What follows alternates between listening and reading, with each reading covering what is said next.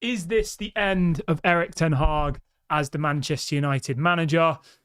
Will Kieran McKenna become the new Man United manager? His release clause has been revealed. And I want to talk a little bit about INEOS. I want to talk about the handling of this managerial situation because I honestly think it's an absolute disgrace. But yeah, these are some of the stories we will be discussing on this evening's show. Before we get into that, please give the video a like. Let's go for 200 likes on this evening's show. And make sure you subscribe to the channel as well. I will be live throughout the whole of the transfer window in the morning, in the evening, and throughout the day if anything breaks. So make sure you subscribe and get involved. Anybody who's watching the show live, you can get involved in the poll. The question is simple. Is Kieran McKenna an upgrade on Ten Hag? Let me know. Simple. Yes or no. And if you're watching it back on repeat, you can let me know in the comment section. Is Kieran McKenna an upgrade on Erik ten Hag? Let me know what you think. So for anybody who's been living under a rock today, it's being widely reported that apparently Erik ten Hag, Manchester United have decided to sack Erik ten Hag after the FA Cup final. This is being widely reported here in the UK today. It looks like Erik ten Hag's gone. It looks like he will manage his final game for Man United tomorrow, regardless of the result. If we win, if we lose, we can't draw, but win or lose, Erik ten Hag will no longer be the Manchester United manager. Now, maybe that's the right decision. Obviously, everyone is allowed an opinion on that. Yes, he's had a poor season. Yes, we finished 8th. Yes, we embarrassingly got knocked out of the Champions League. You know, you could flip that on its head and said we've had 45 injuries. We've had the most injuries out of any team in the Premier League. We've had the Jadon Sancho situation. We've had the takeover situation. We've had the Anthony allegations. We've had so much going on this season, which has made it very difficult. We haven't had a back four all season. We've had Johnny Evans and Casemiro and Wan-Bissaka playing at left back, who's a right back. You get it. There's a fair argument to be had here. The people who want Erik ten Hag gone, I understand. That's your opinion, and I'm not going to sit here and bash your opinion. The people who want Erik ten Hag to stay, I respect your opinion as well, because I think, you know, giving him another year, not throwing another manager under the bus, could be a good option. So I'm not really here this evening to bother arguing about whether he should stay or he should go, because effectively the decision's been made. As I said to you guys months and months and months ago, no matter what me or you think, INEOS are going to make their own decision up. And in some ways, I think the biggest thing for me is how they've handled this. We've been speaking about Erik ten Hag for probably 3 months. After losing 4-0 to Crystal Palace, everyone's saying surely he's going to be sacked. Nothing. Like, the silence from INEOS is deafening. And it reminds me of the Glazers. I'm sorry, I have to say it. It reminds me of the Glazers. The Glazers were renowned for not communicating with the fan base. Can you honestly sit there tonight and tell me that INEOS have communicated with us better since they've come in than what the Glazers have? Sir Jim Ratcliffe's done a couple of little interviews after he run the marathon in London.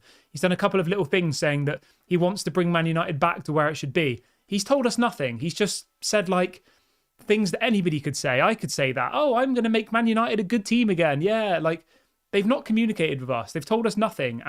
And as a result of that, the last 3 months has just been constantly talking about Erik ten Hag, constantly talking about whether INEOS are going to keep him. And it's so draining and it's so frustrating. And I just think for this story to be leaked the night before our biggest game of the season against our biggest local rival, against a team we desperately want to beat, which will allow us then to get into European football. It's such an important game. And for this to be the only thing we're talking about, I think is honestly a disgrace. I said it a while ago. If they want to sack Erik ten Hag, fine, do what you have to do.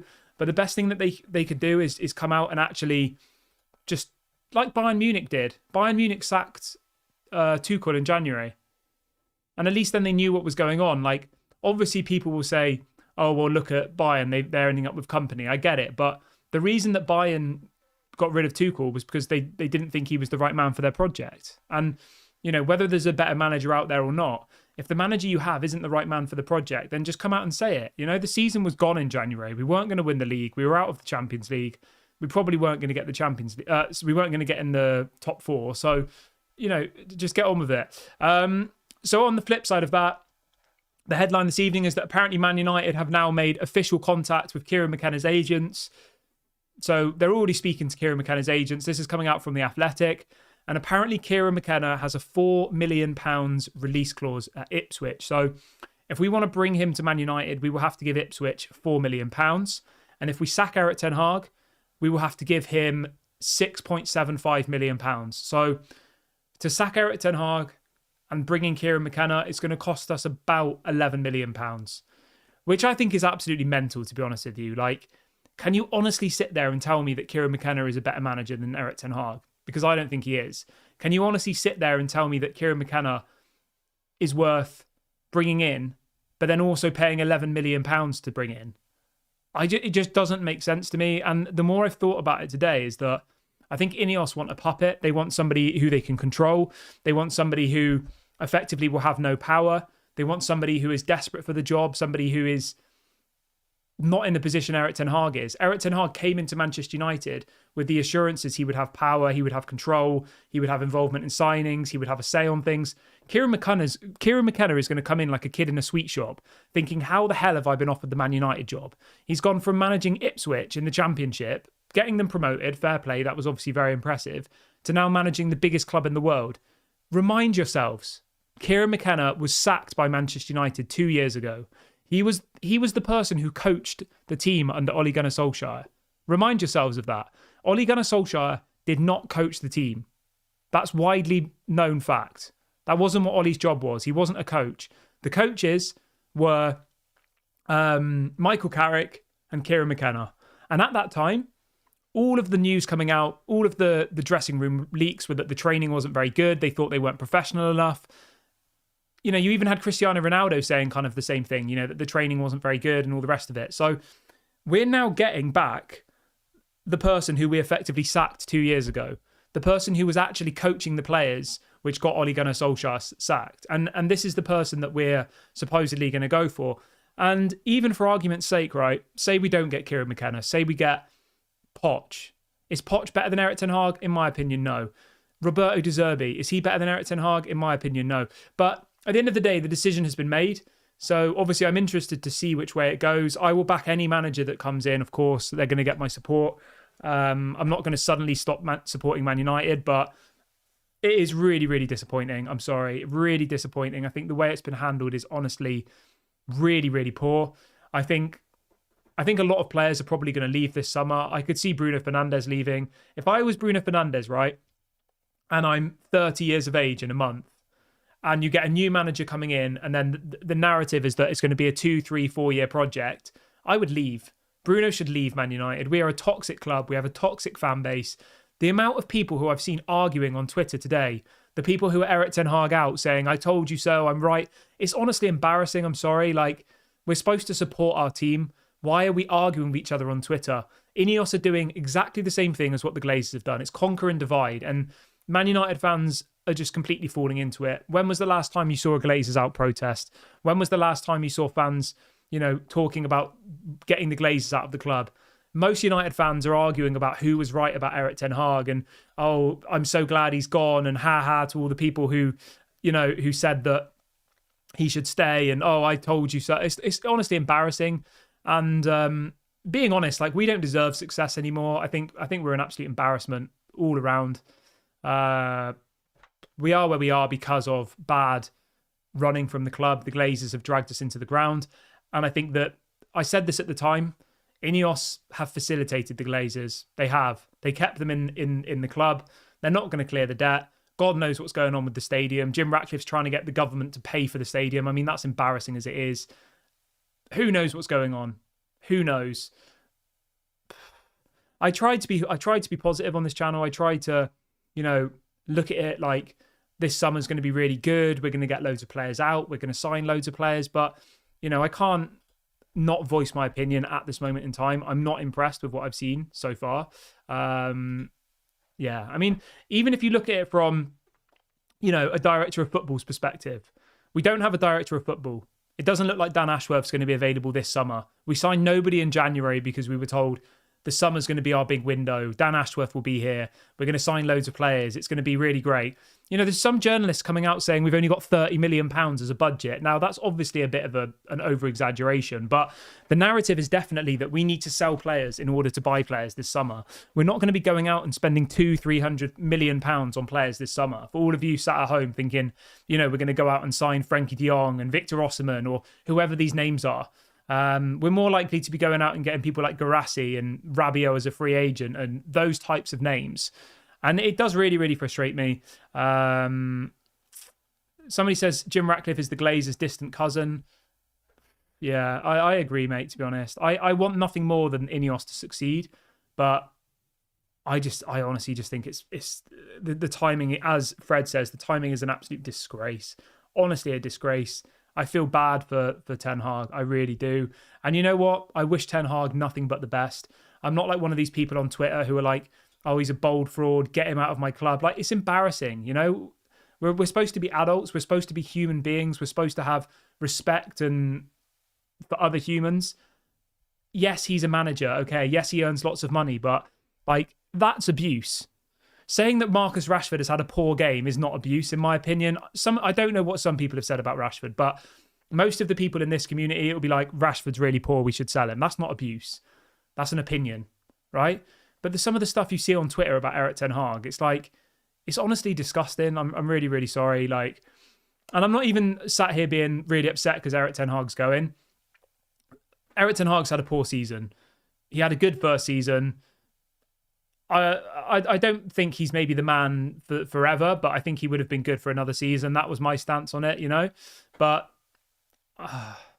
Morgan says Qatar was our last lifeline. I agree with you, mate. I do. I think that day when, I'll be honest with you guys, I'll be completely straight with you. Now, people can make of this what they want, but when it was announced that INEOS were going to buy the club, I was like thinking, I don't particularly want to keep doing this channel, you know, because I'm always going to watch Man United and I'm always going to love Man United. But do I want to put myself in front of a camera 2 times a day talking about it when all I could see was us going further downhill? I honestly thought that when INEOS came in, like, it wasn't going to get any better. That was my opinion of them from the beginning, you know?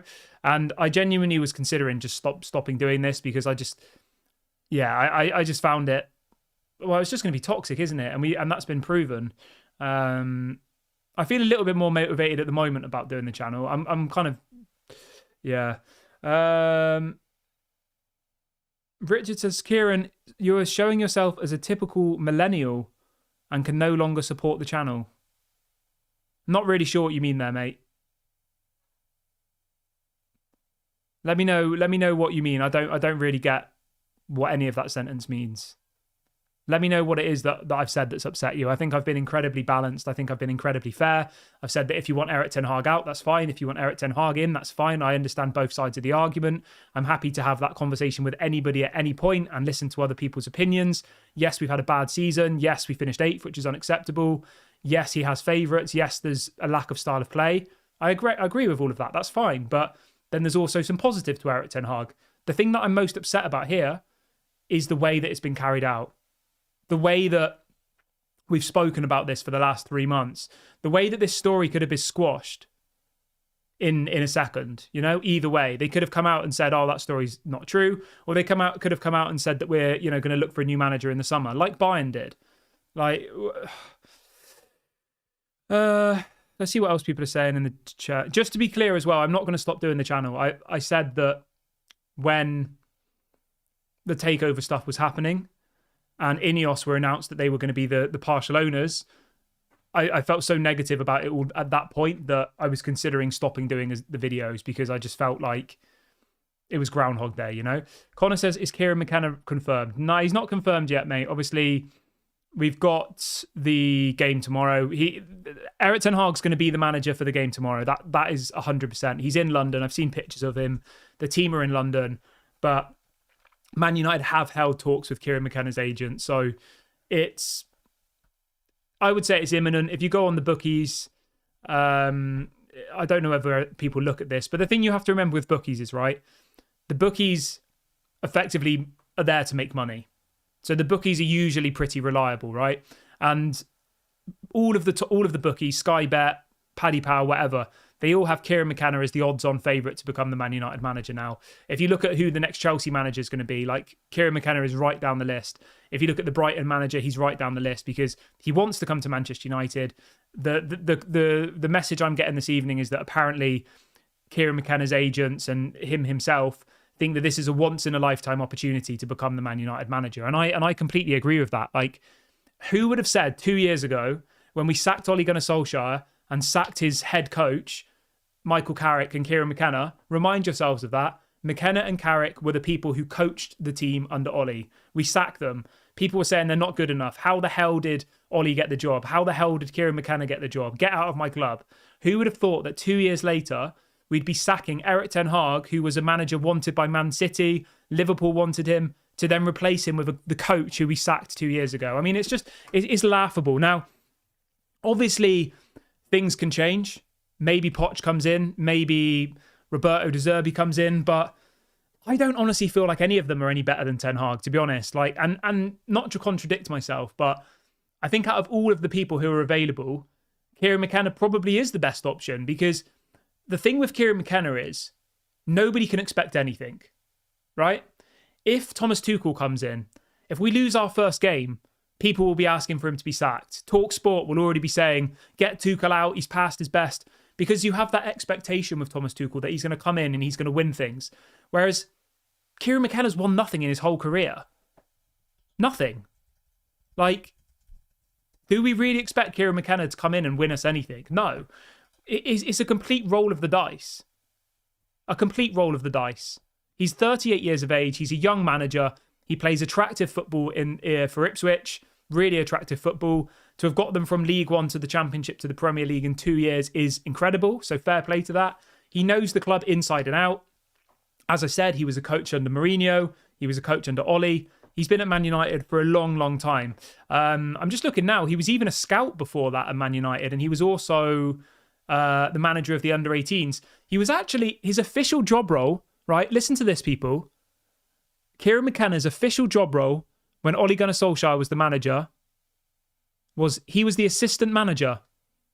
That was his official role. So we're bringing back the man who we sacked 2 years ago and now giving him the manager job. Just let that sink in for a minute. Does that sound like a clever thing to do? And all you have to do is go back and look or remind yourselves of what we thought about Ole and what we thought about his coaches and what all the players were leaking, saying the training's rubbish, and what Ronaldo said about it and all the rest of it. Just remind yourselves of that. And fair play to McKenna. He went off and he's done well. So things can change. Maybe he's learned. Maybe he's going to be good. But yeah, I don't know. Let's see what people are saying in the comment section. If you have just joined the video, by the way, please give the video a like. I know at the moment it is extremely toxic. I know everyone's arguing with each other. I know. I mean, if you can avoid it, just like don't go on Twitter. Twitter is an absolute horrible place at the moment. It really, really is. So just avoid Twitter if you can. Obviously, I still seem to find my way on there. But yeah, I would avoid Twitter because it's just horrible. It really, really is. Back onto Erik ten Hag. You've got a very reliable journalist saying that apparently Erik ten Hag was informed a week before the Arsenal game that he would be sacked at the end of the season. I'm not sure how true that is. I honestly think that Erik ten Hag's been kept in the dark with this. I feel like Erik ten Hag genuinely thought he had a chance to be the manager next season because, you know, from what we were hearing, it was 50-50. And just to be very, very clear, just to reiterate, okay, I'm not in any way upset that Erik ten Hag is going to be sacked. I'm not. I disagree with it, but I'm not upset. I can understand why he's being sacked. Finishing 8th and not getting European football is not acceptable as a Man United manager. That's the argument to sack him. And it's impossible to argue against that. Because no matter how many injuries you've got and all the rest of it, Man United should never be finishing 8th and should always be in Europe because we're Man United. I get that. But it's the manner in which it's been done. It's the fact that we've been talking about this for 2, 3, 4 months. And every week there's another story coming out saying he's going to stay and then he's going to get sacked and then he's going to stay. And then on the eve of our biggest game of the season, it's leaked from a tier 1 journalist and then backed up by multiple other tier 1 journalists that he is expected to be sacked. Like, now, I'm not by any means saying that INEOS have put this story out, but somehow it's got out and it could have been easily avoided. It really, really could have. They could have said 2 weeks ago, we're going to part ways with Erik ten Hag at the end of the season. Thank you for everything. Let's go and win the FA Cup as your last trophy before you go. And I think everyone would be positive. Imagine if you're a Manchester United player, right? You're sat on that bus going up to London, right? I've seen the pictures of them getting off the bus and the videos of them getting off the bus into London. They all look absolutely miserable. They look deflated. They're all hanging their head. None of them are smiling.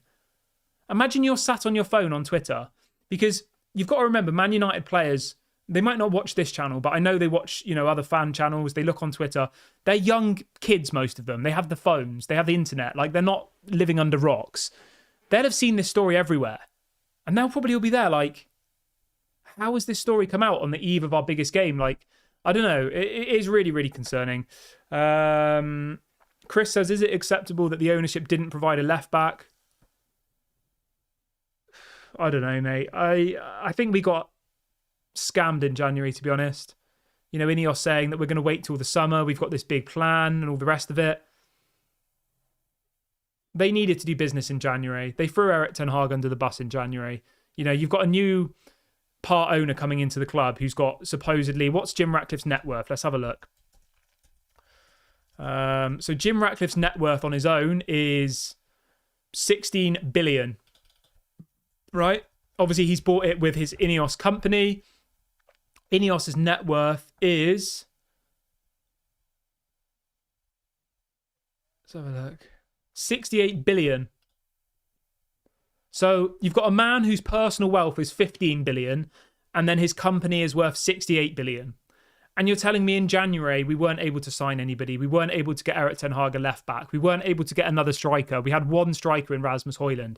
How is that any different to the Glazers? I'm sorry. Like, I want INEOS to succeed. I hope they do, but how is that any different? Someone explain to me how. I don't understand it. So maybe they've just maybe the moment they wanted, maybe from the beginning they didn't want Erik ten Hag. Do you know what, guys? Right, I want to remind you of this. 4 months ago, Manchester United supporters group wrote to the bidders. They wrote to INEOS and they wrote to Sheikh Jassim and said, if you become the new owners, the new part owners, whatever you want to call it, we want you to confirm that you're going to keep Erik ten Hag.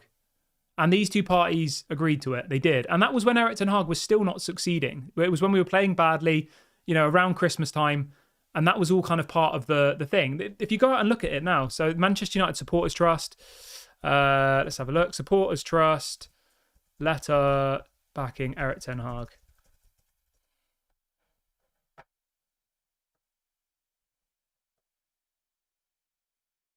Okay, here we go. I found it. So this was on the 19th of February. Literally, I don't know how long ago that was. Not that long ago. So Manchester United Supporters Trust. It says that Manchester United Supporters Trust. Where is it? Erik ten Hag. It says, everyone can see the progress the team is making under Erik ten Hag.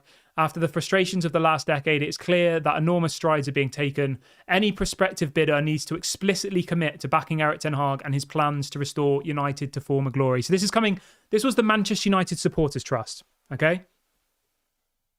And that was, it wasn't like obviously written in a contract, but that was the view of the fans, that whoever was coming in was going to give that reassurance that the manager would be here. Billy says, red flags already around INEOS. Mate, there's been red flags about INEOS from the beginning. Let's not all kid ourselves.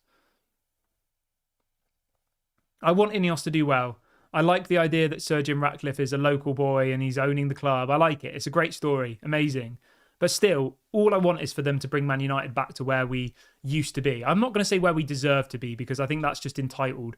You deserve to be wherever you are as a football team. At the moment, we deserve to be an 8th, But yeah, it is frustrating. Let's see. Let's double check what else we've got.